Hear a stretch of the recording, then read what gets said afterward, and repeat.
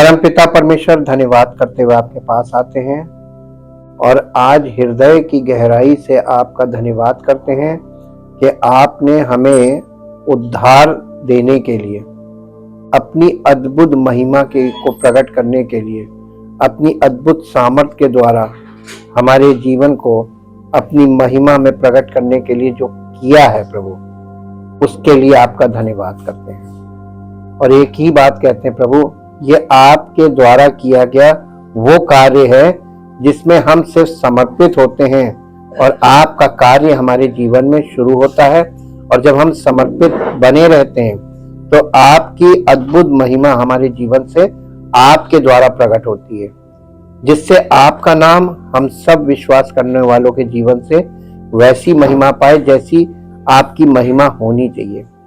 इसलिए प्रभु आपको धन्य कहते हैं और आपका धन्यवाद करते हुए आपकी शरण में आते हैं और अपने आप को आपको समर्पित करते हैं और यही कहना चाहते हैं प्रभु, हम पर दया कीजिए और आपके अनुग्रह की सामर्थ हम सब विश्वास करने वालों के जीवन में प्रकट होकर कार्य करें और आपकी महिमा प्रकट हो।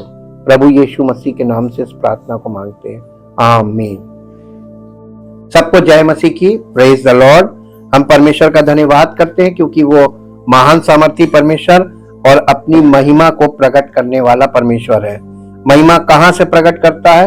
हमारे जीवन में अपनी महिमा को प्रकट करता है और कोई दूसरी तरीके से वो ये काम को नहीं करता है। परमेश्वर के वचनों में जाने से पहले यीशु मसीह का अवतार, इंग्लिश में कहते हैं इनकार्नेशन ऑफ जीसस क्राइस्ट, यीशु मसीह कैसे अवतरित हुए।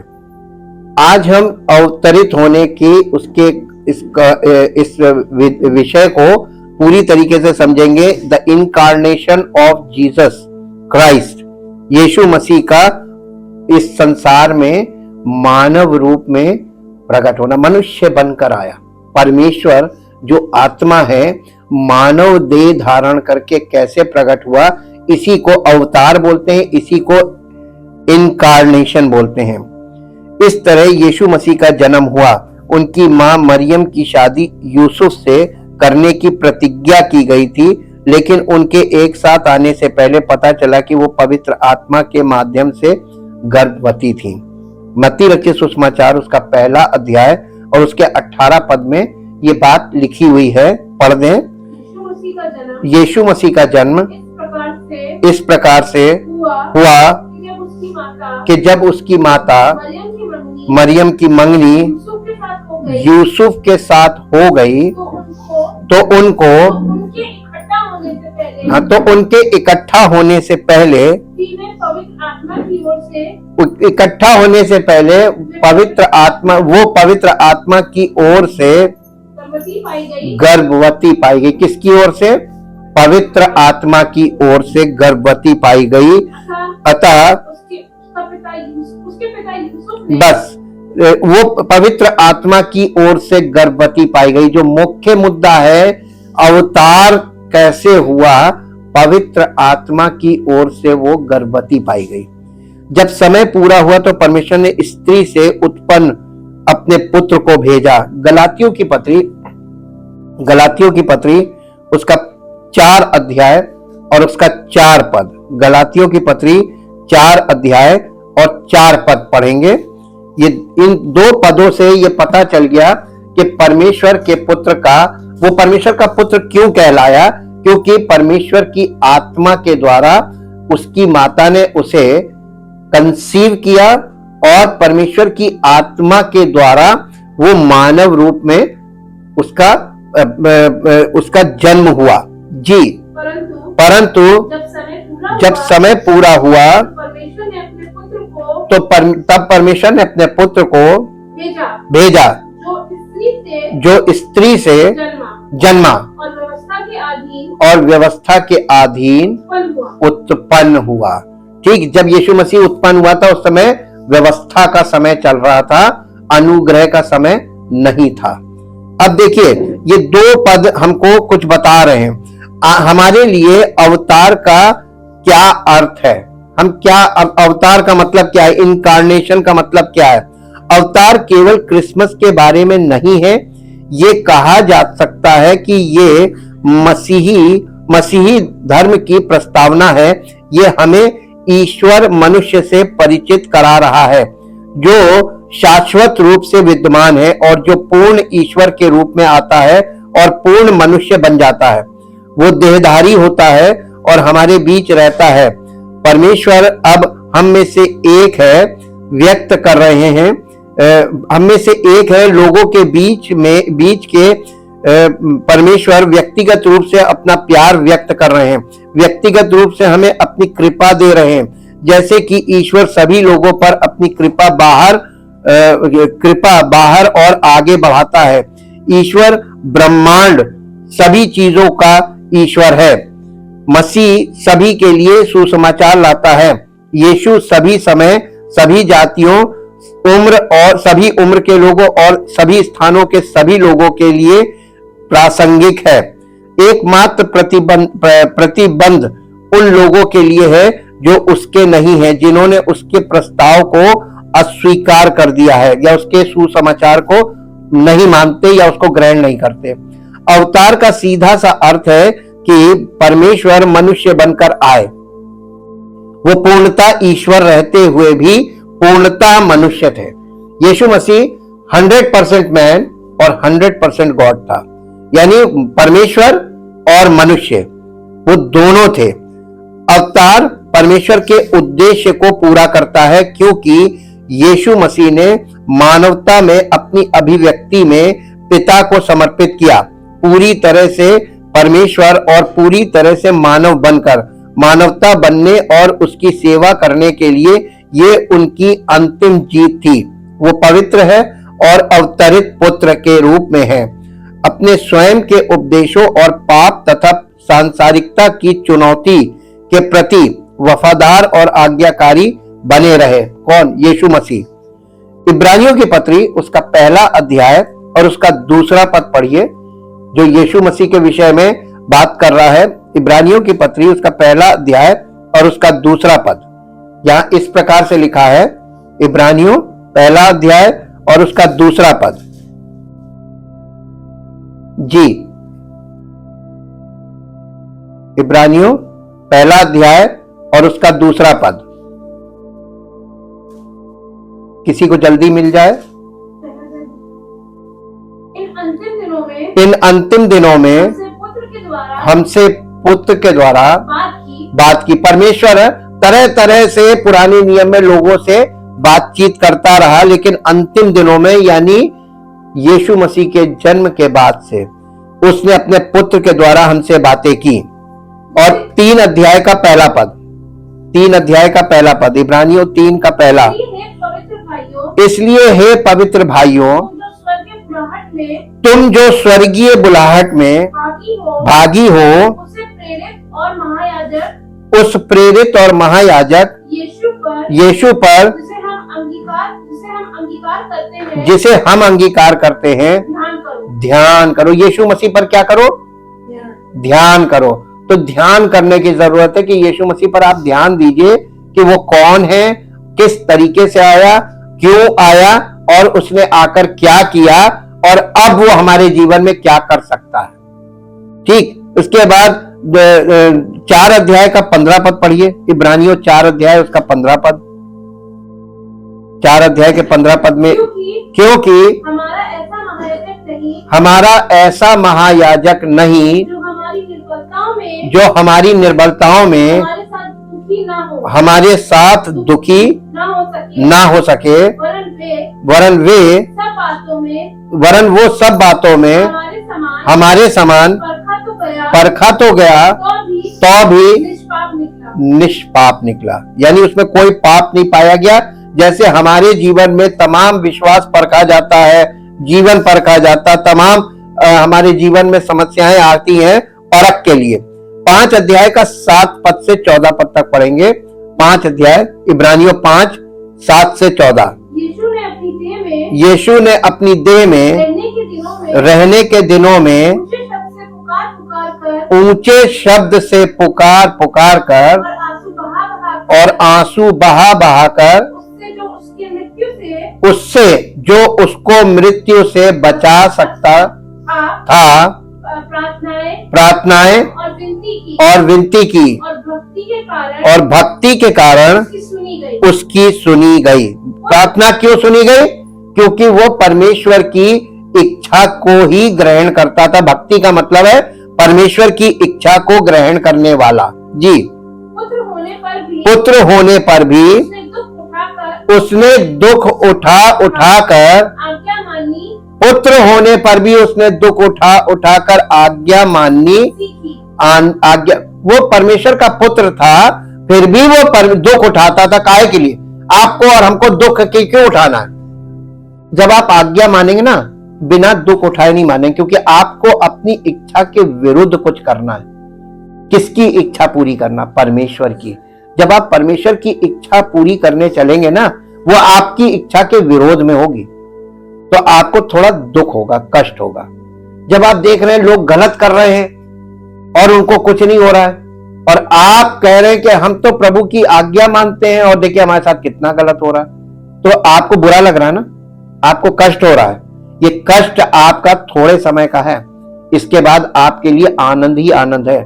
लेकिन जो लोग गलत कर रहे हैं वो अचानक से उनके साथ कुछ भी होएगा, वो इस धरती से माइनस हो जाएंगे, गायब हो जाएंगे, क्योंकि वो मृत्यु का कौर हो जाएंगे। जी, और सिद्ध बनकर अपने सब आज्ञा मानने वालों के लिए सदा काल के उद्धार का कारण हो गया, और उसे परमेश्वर की ओर से मेलिकिसदक की रीति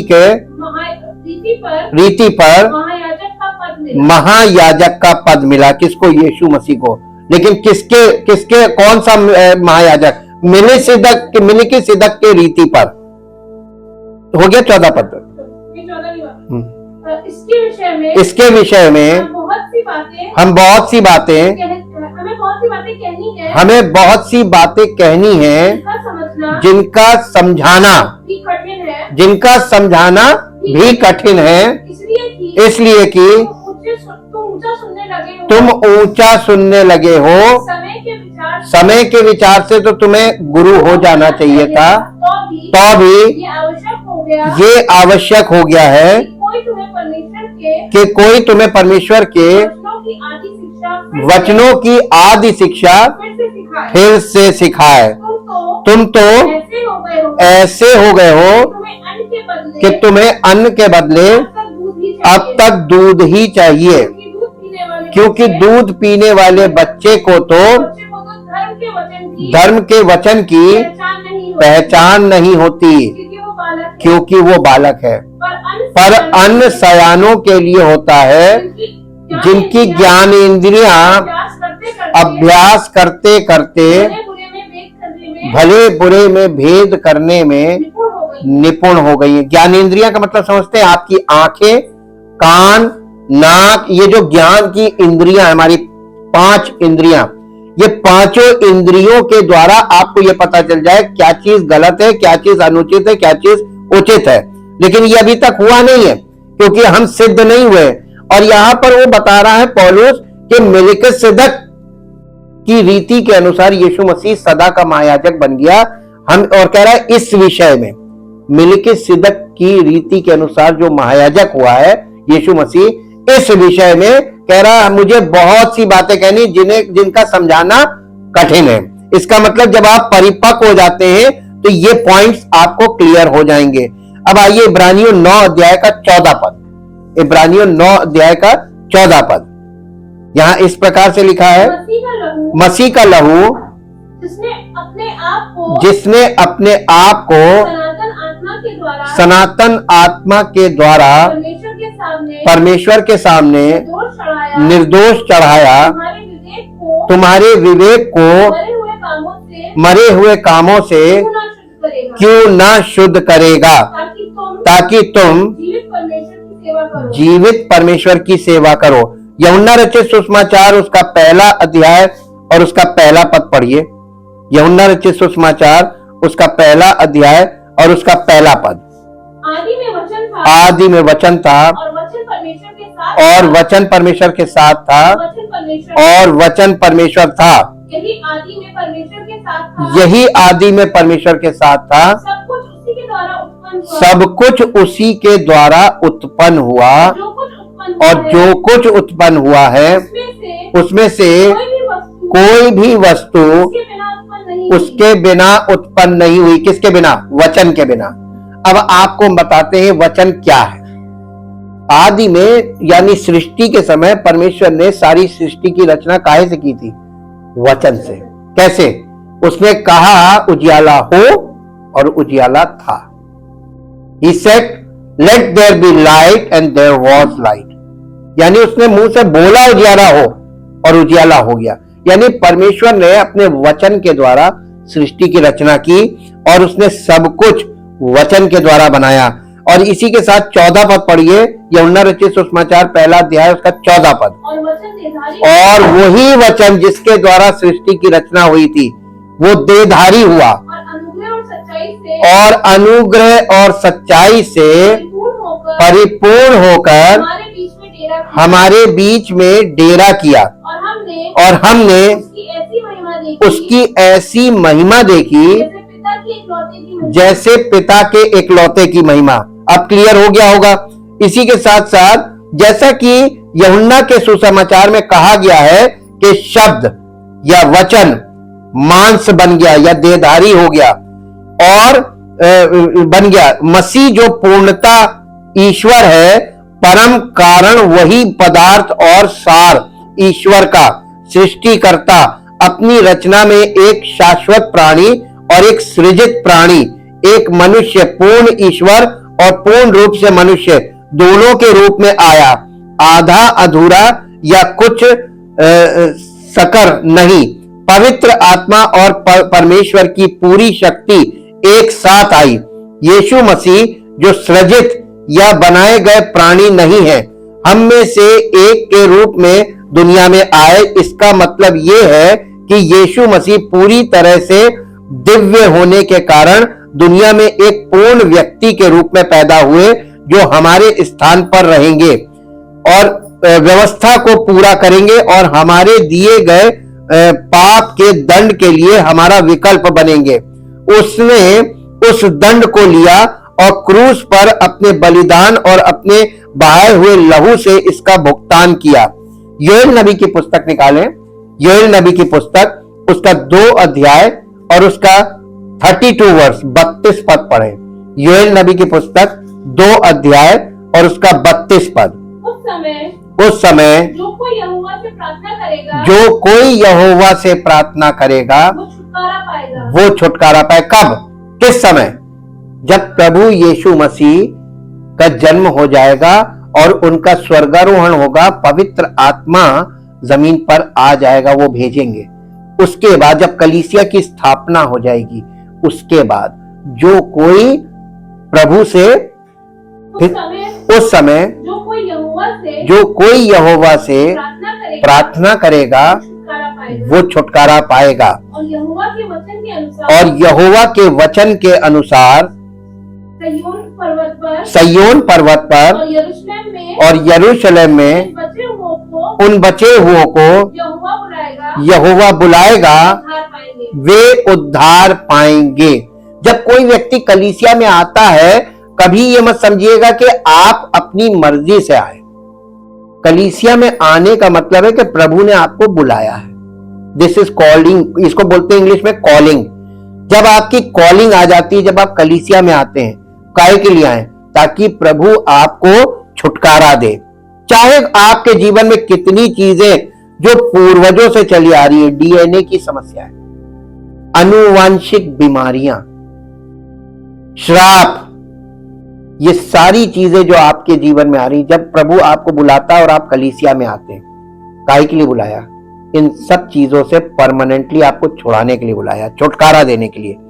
और यही भविष्यवाणी की गई। मत्ती रचित सुसमाचार उसका 20 अध्याय और उसका 28 पद पढ़िए।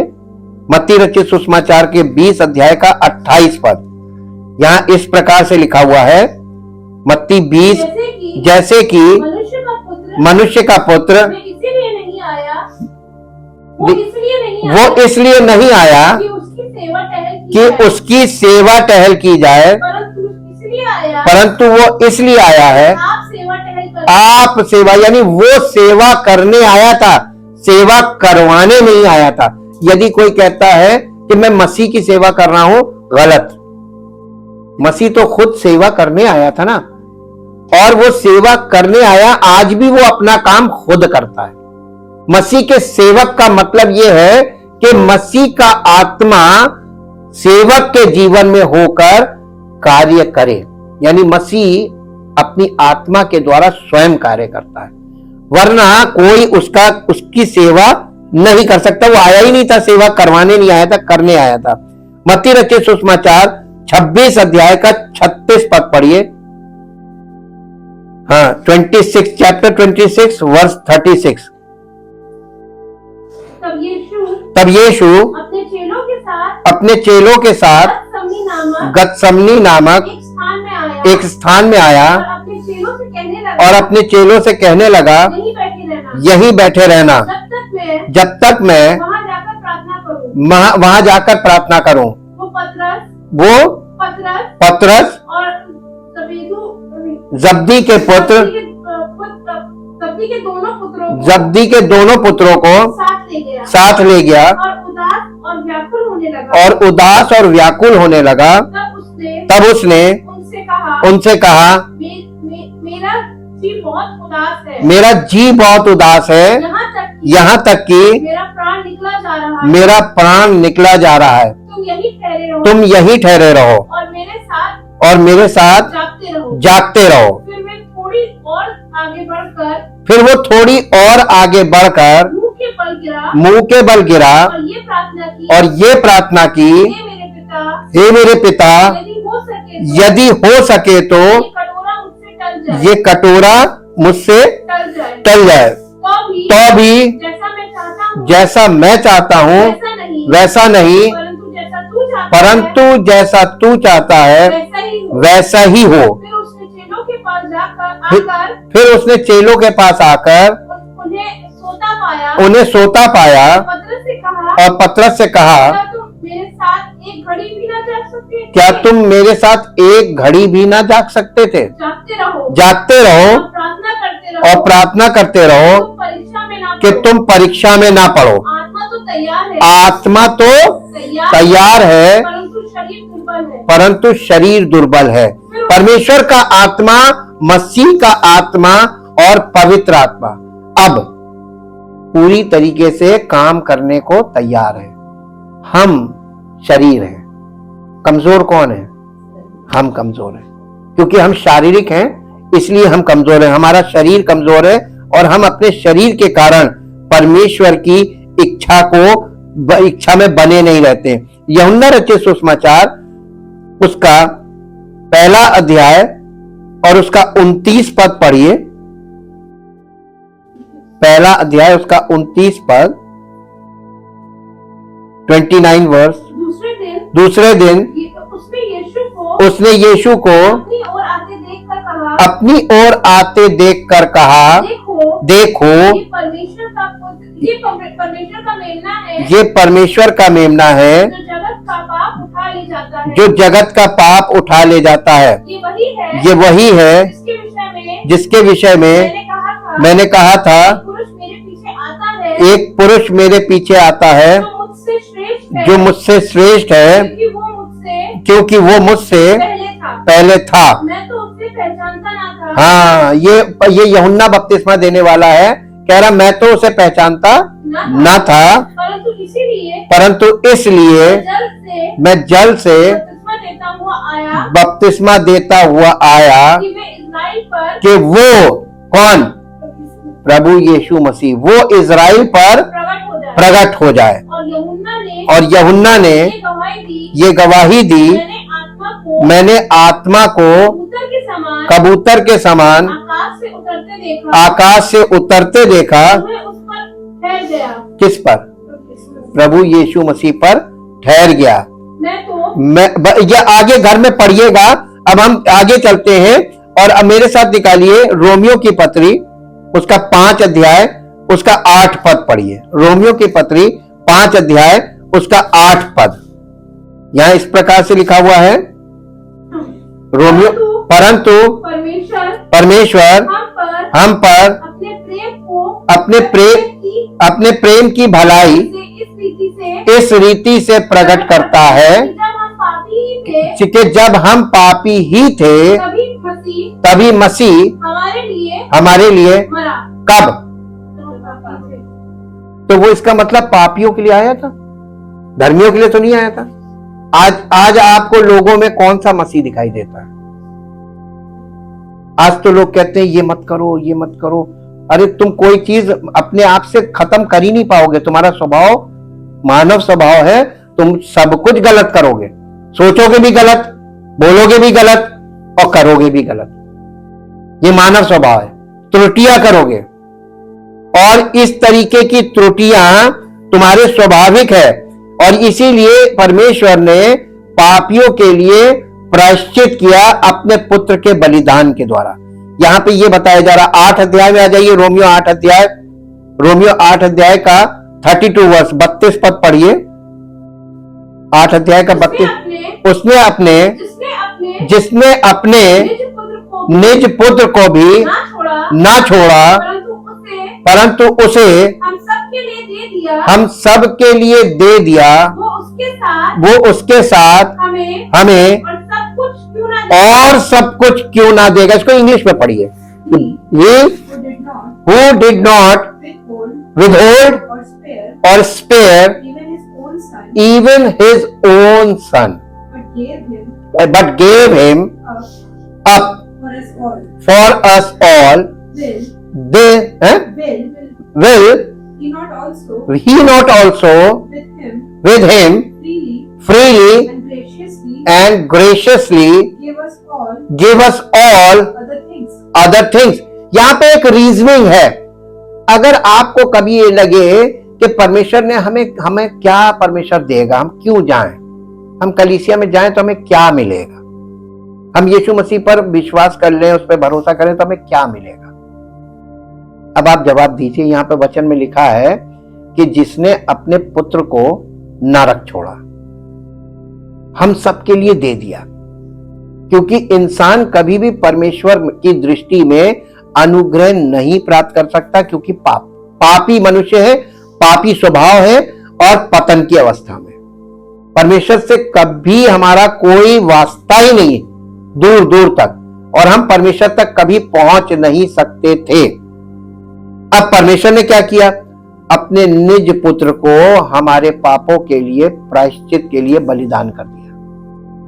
और जब कोई परमेश्वर से प्रेम करता है तो परमेश्वर के इकलौते पुत्र के द्वारा जो बलिदान किया गया है, उस बलिदान पर विश्वास करता है कि मेरे लिए हुआ।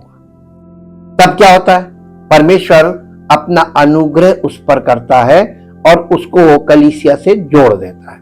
और जब वो व्यक्ति कलीसिया में आने लगता है तो पवित्र आत्मा उसके जीवन में काम करने लगता है। उसके विचारों को शुद्ध करने का काम, विचारों को, सांसारिक विचारों को हमें त्यागना है और परमेश्वर की बातों को ग्रहण करना है, परमेश्वर के वचन के अनुसार, और परमेश्वर के वचन का आदर करना है और परमेश्वर के वचन के अनुसार आज्ञा माननी है, उन बातों को मानना है। ये सब चीजें करनी है ताकि परमेश्वर का अनुग्रह हमारे जीवन में कंप्लीट होता रहे। और इसका रिजल्ट क्या है? लिखा है वो जिसने हमारे लिए शुरुआत कर दी कि अपने साथ उसने अपना रिश्ता हमारे साथ कनेक्ट कर लिया अपने पुत्र के बलिदान के द्वारा। तो यहां पे कह रहा है कि वो हमें और सब कुछ क्यों ना देगा ना।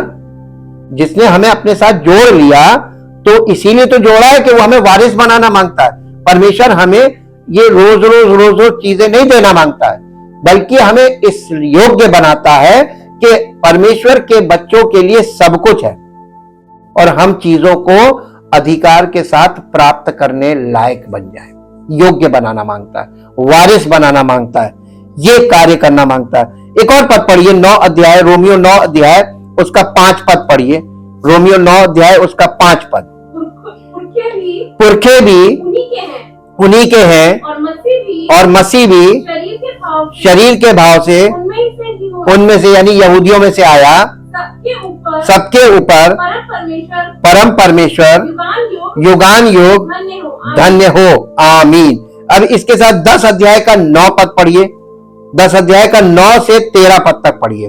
रोमियो 10 अध्याय 9 कि यदि तू अपने मुंह से यीशु को प्रभु जानकर अंगीकार करे और अपने मन से विश्वास करे कि परमेश्वर ने उसे मरे हुओं में से जिलाया, तो तू निश्चय उद्धार पाएगा, क्योंकि धार्मिकता के लिए मन से विश्वास किया जाता है और उद्धार के लिए मुंह से अंगीकार किया जाता है। क्योंकि पवित्र शास्त्र में पवित्र शास्त्र ये कहता है, जो कोई उस पर विश्वास करेगा वो कभी लज्जित ना होगा।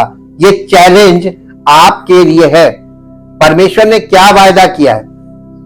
जो कोई उस पर विश्वास करेगा वो कभी लज्जित, लेकिन मालूम है सच्चा विश्वास, वास्तव में जो कोई उस पर विश्वास करेगा वो लज्जित नहीं होगा। विश्वास करने का ड्रामा करेगा तो लज्जित होगा। विश्वास करने का उसको कई बार मालूम है लोगों को ये धोखा होता है कि हम विश्वास करते हैं लेकिन वो नहीं करते। पता कैसे चलता है? परिस्थितियों में पता चलता है, उनके निर्णयों में पता चलता है कि वो किस पर विश्वास करते हैं, उनकी प्रायोरिटी से पता चल जाता है कि वो किस पर विश्वास करते हैं। ये सब बातें हमारे जीवन से सच्चाई को प्रकट करती हैं। तो कई बार हम दावा तो करते हैं विश्वास करते हैं लेकिन हम वास्तव में नहीं करते हैं। एक और पद पढ़िए जो आपको मिलेगा, दूसरा कुरिन्थियों उसका पहला अध्याय 5 अध्याय, दूसरा कुरिन्थियों नहीं, ये तो पढ़ चुके ना, नहीं, दूसरा कुरिन्थियों 5 अध्याय 19, 20, 21 पद पढ़िए। अर्थात परमेश्वर ने मसीह में होकर अपने साथ संसार से मेल मिलाप कर लिया। कैसे? परमेश्वर पिता परमेश्वर, परम पिता परमेश्वर नहीं, कौन परमेश्वर? परम पिता परमेश्वर, जिसे पूरी दुनिया परम पिता परमेश्वर बोलती है। अद्वैत सृष्टिकर्ता, उसने क्या किया? अर्थात परमेश्वर ने मसीह में होकर, किसमें? मसीह में होकर संसार के साथ मेल मिलाप कर लिया। तो जब तक वो मनुष्य नहीं बनेगा, यानी यीशु मसीह के द्वारा परमेश्वर, तो ये यीशु मसीह कौन था? मसीह यीशु जो था एक बालक था और उस पर ऊपर से परमेश्वर का आत्मा उतरा। अब वो हो गया प्रभु यीशु मसीह। लेकिन मालूम कौन है ये? पिता पुत्र और उस पर उतरा पवित्र आत्मा। तो ये वाचा का संदूक बन गया। ये कौन है? प्रभु यीशु मसीह। परमेश्वर की उपस्थिति यीशु में और उसकी सामर्थ्य उसके द्वारा प्रकट होकर कार्य करती थी। उसी को मसीह बोलते हैं, यानी मसीह। तो वो मसीह कहलाया, प्रभु यीशु मसीह। उसके द्वारा परमेश्वर ने संसार से मिल, यानी परमेश्वर इस पृथ्वी पर आया। लेकिन हमने आपको पहले भी बताया था परमेश्वर इस धरती को नहीं टच करेगा। परमेश्वर इस मनुष्य के उस पार्ट को जो स्वर्गीय पार्ट है, प्राण, ये शरीर काहे से बना है? मिट्टी से। इसका भोजन कहां से आता है? मिट्टी से। और ये वापस कहां जाता है? मिट्टी में। तो इसको नहीं टच करता। परमेश्वर, मनुष्य में जो प्राण है वो कहां से आया? ऊपर से, परमेश्वर की ओर से। वापस जब मृत्यु होती है तो प्राण कहां जाता है? ऊपर जाता है। परमेश्वर जब प्रकट हुआ तो वो मनुष्य के प्राण में प्रकट हुआ, पृथ्वी पर आ गया, ये समझ लीजिए। तो पृथ्वी को, स्वर्ग और पृथ्वी को जो कनेक्ट करता है वो है मानव देह, ह्यूमन बॉडी। इसमें फिजिकल एलिमेंट्स भी हैं और इसमें स्वर्गीय एलिमेंट भी है, वो है प्राण। और इसी के द्वारा हम परमेश्वर से हमारा संपर्क होता है, संबंध होता है। ये गहरी बात है। आगे पढ़िए। उनके अपराधों का दोष उन पर नहीं लगाया। अपराधों का परमेश्वर ने मनुष्य पर कभी हमारे अपराधों का, हमारे पापों का दोष हम पर कभी नहीं लगाया। मालूम क्यों? हम पतन में हैं, हम पतित मानव हैं। हमारा स्वभाव क्या है? पाप। तो जैसा हमारा स्वभाव वैसा व्यवहार हम कर रहे हैं, है ना? अब हमको इस मसले से, इस पाप के, ये पापी स्वभाव से कौन छुड़ा सकता है? जो रिलीजियस सिस्टम आपको दिखाई दे रहा है, क्या इससे लोगों का छुटकारा हो सकता है उनके इस स्वभाव से? कभी नहीं हो सकता, कभी नहीं। चाहे आप कितने भी बड़े धर्मी बन जाएं, लेकिन आपके विचार में पाप, आपके स्वभाव में पाप और आपके शरीर के द्वारा पाप की क्रिया होती रहेगी। इसीलिए पौलुस कहने लगा, कौन मुझे इस मृत्यु की देह से छुड़ाएगा? धन्यवाद हो परमेश्वर का कि उसके पुत्र प्रभु यीशु मसीह के द्वारा वो हमें छुड़ाता है। इसी चीज से हमें छुटकारा मिलता है, वो हमारा उद्धार करता है जी। और उसने मेल मिलाप का हमें वचन सौंप दिया। ये नया नियम जो है ये मेल मिलाप का है। मेल मिलाप का मतलब ये है कि परमेश्वर का नया नियम जो है, परमेश्वर हमसे कहता है क्षमा करो तो तुम्हें क्षमा मिल जाएगी। ये नहीं कहता क्षमा मांगो। क्षमा मांगने वाली चीज नहीं है। आप किसी के दबाव में हो सकता है किसी से क्षमा मांग ले, आप किसी मजबूरी में होकर किसी से क्षमा मांग ले, लेकिन ये क्षमा नहीं है। क्षमा करो तो तुमको क्या मिलेगा? अगर तुम अपने अपराधियों को क्षमा करते हो पृथ्वी पर, तो परमेश्वर तुम्हारे अपराधों को क्षमा करेगा स्वर्ग से। तो हमें क्या करना है? अब एक बात बताइए, क्षमा मांगने वाला बड़ा होता है कि क्षमा करने वाला बड़ा होता है? तो हमको परमेश्वर ने क्षमा करने को बोला है। इसका मतलब परमेश्वर ये कहता है कि जितने तुम क्षमा करोगे उतने मैं तुम्हारे क्षमा करूंगा। और जैसे तुम क्षमा करोगे, मान लीजिए किसी ने किसी को आधे दिल से क्षमा किया। आधे दिल से कैसे करते हैं? अभी तो उसको कह दिया चलो ठीक है मैंने तुम्हें माफ किया, थोड़ी देर बाद सारी जिंदगी उसको ताने सुनाते, देखो हमने तुमको माफ किया था, देखो आपकी बात ना करना, मैंने उस दिन माफ कर दिया था आपने। यानी इसका मतलब ये कि तुमने माफ नहीं किया, अभी तुम्हारे अंदर वो बैठा हुआ दिल में, बार बार उसको ये बात रिमाइंड करा रहे हो कि देखो तुम्हें मैंने क्षमा नहीं। 100% पूरे संपूर्ण हृदय से क्षमा करने का मतलब, अरे ठीक प्रभु हमने तुम्हें क्षमा किया ताकि आपको क्षमा मिले। कितने लोगों को क्षमा चाहिए? तो आपको क्या करना पड़ेगा? किसको? अपने अपराधियों को क्षमा करो। अगर ऐसा हो नहीं सकता है, रिश्तों में कुछ कुछ होता रहता है, क्या करो? क्षमा करो। कितनी बार करें? हमसे एक पास्टर पूछने लगा हम कितनी बार क्षमा करें? हमने कहा यीशु मसीह ने जो जवाब दिया है वो हमने पढ़ा है, वही हम बताते हैं। उसने न्यूमेरिक में जवाब दिया है। यीशु मसीह से एक व्यक्ति ने पूछा कि यदि मेरा भाई मेरे विरुद्ध अपराध करे तो उसे हम कितनी बार क्षमा करें? तो यीशु मसीह ने कहा 7 के 70 गुना। आप कभी कैलकुलेटर में करके देखिएगा, इंफिनिटी आएगी, उसका रिजल्ट नहीं बताएगा। यानी जीवन भर जब तक तुम जीवित हो, अपने जीवन की आखिरी सांस तक क्या करो? क्षमा करते रहना। क्योंकि अगर तुमने क्षमा नहीं किया, तुमने जितना रखा तुम्हारे उतने रखे जाएंगे, माफी नहीं होगी। तो परमेश्वर ने मसीह के बलिदान के द्वारा हम लोगों को तराजू हाथ में दे दिया कि तुम खुद ही तौल लो क्या चाहिए, कितना चाहिए। हालेलुया। तो आपको कितनी क्षमा चाहिए? 100% मिलेगी तभी आपको स्वर्ग में एंट्री मिलेगी। और 100% का मतलब ये यीशु मसीह 7 के 70 गुने का मतलब यीशु मसीह के सेकंड कमिंग तक। अब जो कितने पहले के लोग थे तो आज तो वो जीवित नहीं, वो कैसे काउंट होंगे? देखिए हमें अपने जीवन के हिसाब से चलना है। हमारे शारीरिक जीवन में आखिरी सांस तक हमें क्या करना है?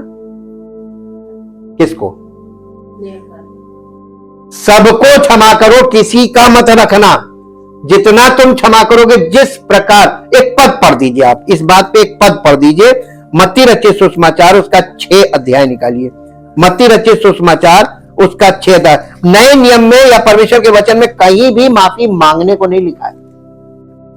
लेकिन जो लिखा है और जो बताया गया है और जो सिखाया गया है यीशु मसीह के द्वारा, हम उसको आपके साथ शेयर करेंगे। आजकल तो गलत सिखाया जाता है। आजकल लोगों से कहा जाता है कलीसिया में कि माफी मांगो, माफी मांगिए, माफी मांगिए। ना, मांगना कुछ नहीं है, मांगना कुछ भी नहीं है, करना है। 6 अध्याय का पढ़िए, 12 पद पढ़िए। और जिस प्रकार हमने अपने अपराधियों को क्षमा किया है, पहले इसका मतलब क्षमा कर चुका है। यीशु मसीह ये कह रहा, प्रार्थना में ये सिखा रहा है कि पहले क्षमा करो और फिर प्रार्थना करो और प्रभु से बताओ कि जिस प्रकार हमने अपने अपराधियों को क्षमा किया है वैसे ही तू भी हमारे अपराधों को क्षमा कर। तो क्षमा का आधार क्या है? क्षमा का आधार क्षमा। तुमने कितनों को किया उसके हिसाब से तुम प्रभु के सामने जाना और कहना, प्रभु हम जैसे हमने अपने अपराधियों को क्षमा किया है। अब जैसे का मतलब पूरे दिल से क्षमा किया है तो मेल मिलाप हो जाना चाहिए।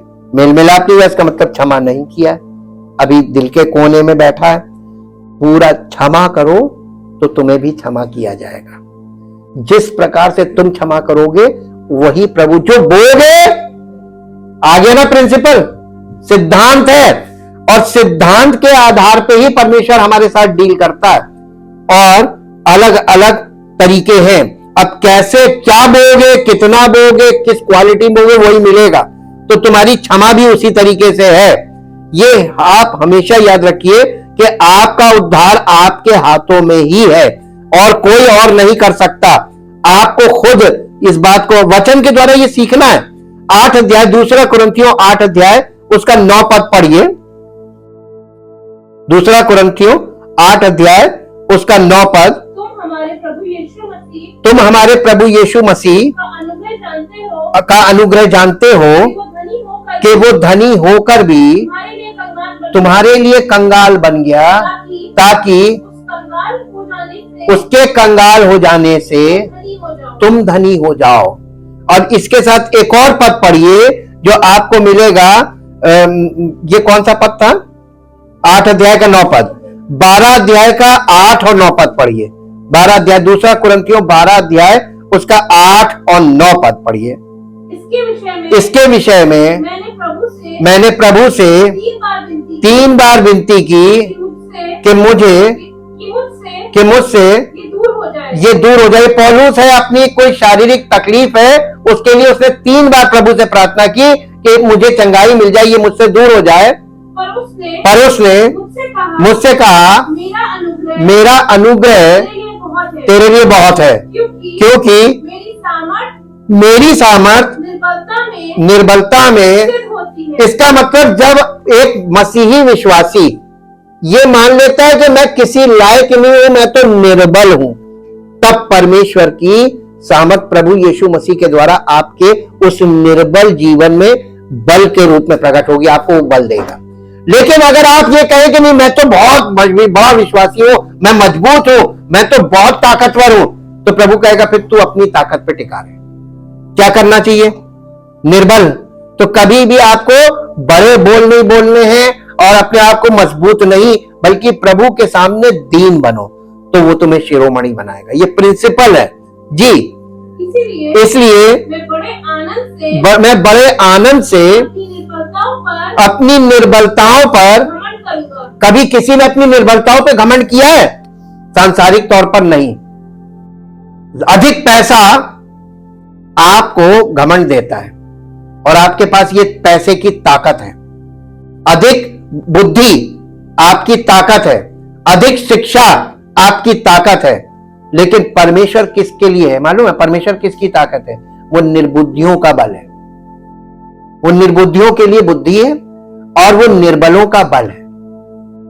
और वो जिनका कोई नहीं, जिनका कोई आधार नहीं, जिनकी कोई पहचान नहीं, उनके लिए परमेश्वर है। परमेश्वर उन्हें अपनी पहचान देता है। आप कहां खड़े हैं? अपने आप को देखिए। आज के जमाने में लोग अपने आप को बहुत कुछ प्रकट करना चाहते हैं। परमेश्वर ऐसा नहीं चाहता। परमेश्वर कहता है जो कुछ नहीं है उसको मैं प्रकट करूंगा अपनी महिमा में। हालेलुया। एक और पद निकालिए, फिलिप्पियों की पत्री उसका 2 अध्याय उसका 5, 6, 7, 8 4 पद पढ़िए 5 से 8 तक। फिलिप्पियों की पत्री 2 अध्याय 5 से 8 पद तक। जैसा मसीह यीशु का स्वभाव था वैसा ही तुम्हारा भी स्वभाव हो, जिसमें परमेश्वर के स्वरूप में होकर भी परमेश्वर के तुल्य होने को अपने वश में रखने की वस्तु ना समझा, वरन अपने आप को ऐसा शून्य कर दिया और दास का या गुलाम का स्वरूप धारण किया और मनुष्य की समानता में हो गया, एक निर्बल मानव बन गया जी, और मनुष्य के रूप में प्रकट होकर अपने आप को दीन किया और यहाँ तक आज्ञाकारी रहा कि मृत्यु, हाँ, क्रूस की मृत्यु भी सहली। इस कारण परमेश्वर ने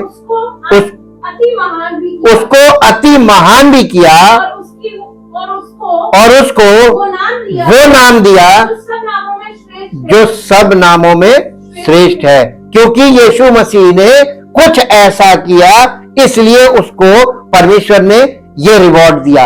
आप भी अगर ऐसे ही करेंगे, हम यीशु मसीह के साथ संगी वारिस बन रहे हैं, तो जो कुछ उसने किया वैसे ही हमको समर्पण के साथ करना। हमें अपना प्राण नहीं देना बल्कि अपना जीवन देना है। यीशु मसीह ने हमारे लिए अपना प्राण दिया, लेकिन हमको अपना जीवन देना है, हमें उसको जीवन समर्पित करना है। समर्पण है, कुल मिला के समर्पण है।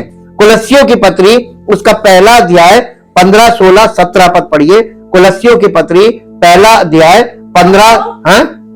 वो तो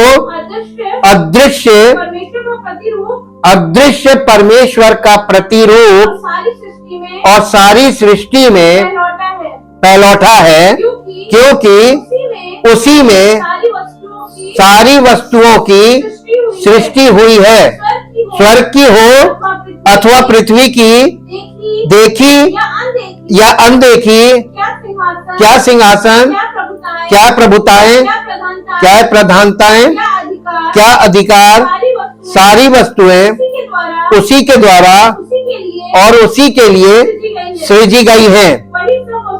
वही सब वस्तुओं में प्रथम है और सब वस्तुएं उसी में स्थिर रहती हैं। अगर आप अभी भी स्थिर नहीं है तो आप उसमें नहीं है। जो कोई मसीह में है उसका जीवन स्थिर है, उसका मन स्थिर है। अस्थिर मन, चंचल मन जो होता है ना, परेशान व्यक्ति, उसकी परेशानी के कारण उसका चंचल मन भटकता रहता है। आपका मन स्थिर होगा ही नहीं, प्रभु में ही आपका मन स्थिर होगा। तो आपका मन जब प्रभु में स्थिर हो जाता है तब आपके जीवन को वो सिद्ध बनाता है। परमेश्वर का धन्यवाद करते हैं। और इन वचनों के द्वारा हम ये देख रहे हैं कि परमेश्वर ने मानव रूप में देह धारण किया और किस तरीके से किया। प्रभु यीशु मसीह का जन्म इस बात का प्रमाण है, लेकिन परमेश्वर ने इस काम को, इस कार्य को करके दिखाया है पुराने नियम में। कल हम दिखाएंगे आपको कि कैसे देह धारण होता, वचन कैसे देहधारी होता है। कल हम इस विषय पे आपके साथ पूरे एग्जाम्पल के साथ आपको बताएंगे कि परमेश्वर ने करके दिखाया था कि ऐसे होगा, फिर भी लोग नहीं पहचाने। परम पिता परमेश्वर, हम सब बातों में आपको धन्य कहते हैं, क्योंकि आप धन्य हैं और वाकई में आप महान सामर्थी परमेश्वर हैं, अद्भुत युक्ति करने वाले पराक्रमी परमेश्वर, अनंत काल के पिता और शांति के राजकुमार।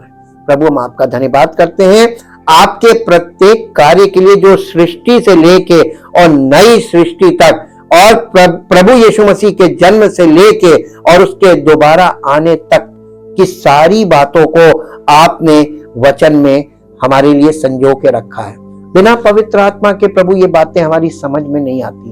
हम धन्यवाद करते हैं आपने हमको पवित्र आत्मा का वरदान दिया, जिसके द्वारा पवित्र आत्मा हम सब लोगों को आपके वचन की गूढ़ गूढ़ बातें स्पष्ट रूप से दिखा भी रहा है, बता भी रहा है और समझा भी रहा है। और इन बातों को ग्रहण करने में हमारी सहायता कर रहा है, और हमारी सहायता कर रहा है कि हम इन बातों को अपने जीवन में लागू करें और इसके अनुसार जीवन व्यतीत करना शुरू करें, ताकि हम सबका जीवन उसकी महिमा के योग्य हो। सारी महिमा आपको मिले। इस प्रार्थना को आपके इकलौते पुत्र प्रभु यीशु मसीह के नाम से मांगते हैं, आमीन।